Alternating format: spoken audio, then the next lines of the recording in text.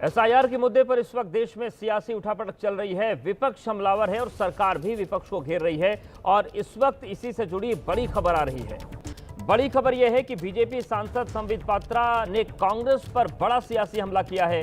घुसपैठियों को बचाने के लिए यात्रा कर रहे हैं राहुल गांधी, ये संबित पात्रा ने आरोप लगाए हैं। उन्होंने कहा कि राहुल गांधी के दौरे के पीछे की असली मंशा यही है कि घुसपैठियों को बचाया जाए। घुसपैठियों की सफाई चुनाव आयोग की जिम्मेदारी है, ये बातें संबित पात्रा ने कही हैं। उन्होंने कहा कि घुसपैठियों के जरिए चुनाव जीतना चाहते हैं राहुल गांधी और इसीलिए बिहार में ये यात्रा निकाली जा रही है। तो एसआईआर के मुद्दे पर सियासी बयानबाजी का दौर जारी है। बीजेपी सांसद संबित पात्रा ने बड़ा आरोप लगाया है कांग्रेस पर और उन्होंने कहा है कि घुसपैठियों को बचाने के लिए राहुल गांधी यात्रा कर रहे हैं।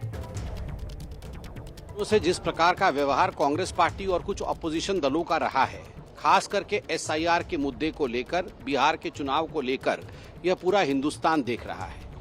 इसके पीछे की मंशा केवल एक ही मात्र है और वह मंशा है किस प्रकार से घुसपैठियों को बचाया जाए। जिस प्रकार से इलेक्शन कमीशन को गाली दी जा रही है, सड़कों पर इलेक्शन कमीशन को गाली दी जा रही है और जिन शब्दों का प्रयोग किया जा रहा है, एक ही चीज दिखा रहा है, राहुल गांधी और कांग्रेस पार्टी फ्रस्ट्रेशन में है और उनका एक ही ध्येय है, किसी भी कीमत पे हमें सत्ता मिलना चाहिए। मगर जनता जनार्दन है, सब समझती है।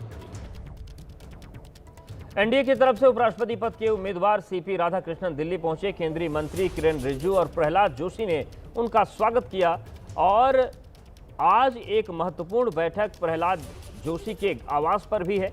और देखिए, महाराष्ट्र के राज्यपाल और एनडीए की तरफ से उपराष्ट्रपति पद के उम्मीदवार सीपी राधाकृष्णन दिल्ली पहुंच गए हैं। एयरपोर्ट पर उनका स्वागत किया गया। उन्होंने किरेन रिजिजू और प्रहलाद जोशी से मुलाकात की और आज शाम को प्रहलाद जोशी के घर पर एक महत्वपूर्ण बैठक है। तो महाराष्ट्र के राज्यपाल हैं और राधाकृष्णन का, हालांकि नंबर्स की बात करें तो रास्ता एकदम साफ है क्योंकि 329 वोट चाहिए, लेकिन एनडीए के पास 423 वोट पहले से मौजूद है। ऐसे में कहीं कोई कंफ्यूजन नहीं है। तो एनडीए की तरफ से उपराष्ट्रपति पद के उम्मीदवार सीपी राधाकृष्णन दिल्ली पहुंच गए हैं। उनका स्वागत किया गया, अभिनंदन किया गया, बधाई दी गई और देखिए किरेन रिजिजू और प्रहलाद जोशी ने उनका स्वागत किया। और इसके साथ ही साथ अब निगाहें टिकी हैं कि इंडिया गठबंधन की तरफ से आखिर कौन सा चेहरा सामने आता है। इंडिया गठबंधन की भी आज शाम को ऑनलाइन मीटिंग है, उनकी तरफ से भी प्रत्याशी दिया जाएगा। तो सीपी राधाकृष्णन तमिलनाडु के रहने वाले हैं, लंबा चौड़ा राजनीतिक अनुभव है, 2 बार कोयम्बटूर से सांसद रहे, इसके साथ ही साथ 3 राज्य के राज्यपाल रहे, 1 संघ शासित प्रदेश के लेफ्टिनेंट गवर्नर रहे।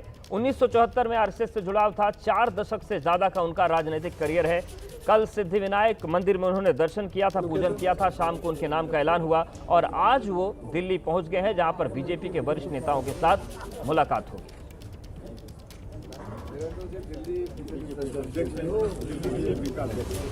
तो एनडीए की तरफ से उपराष्ट्रपति उम्मीदवार सीपी राधाकृष्णन, जो कि वर्तमान में महाराष्ट्र के राज्यपाल हैं, वो दिल्ली पहुंचे हैं और उनका एयरपोर्ट पर स्वागत किया गया। उसी स्वागत की तस्वीरें हम आपको दिखा रहे हैं।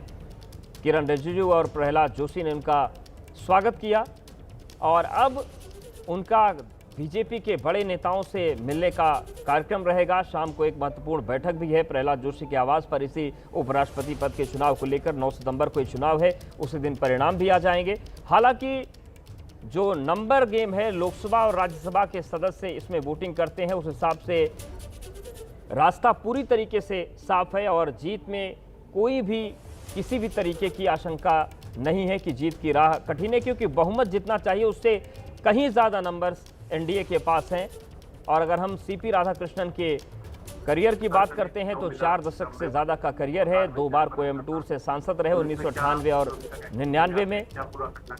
1974 में आरएसएस से जुड़े थे और तमिलनाडु के बीजेपी के प्रदेश अध्यक्ष भी रह चुके हैं।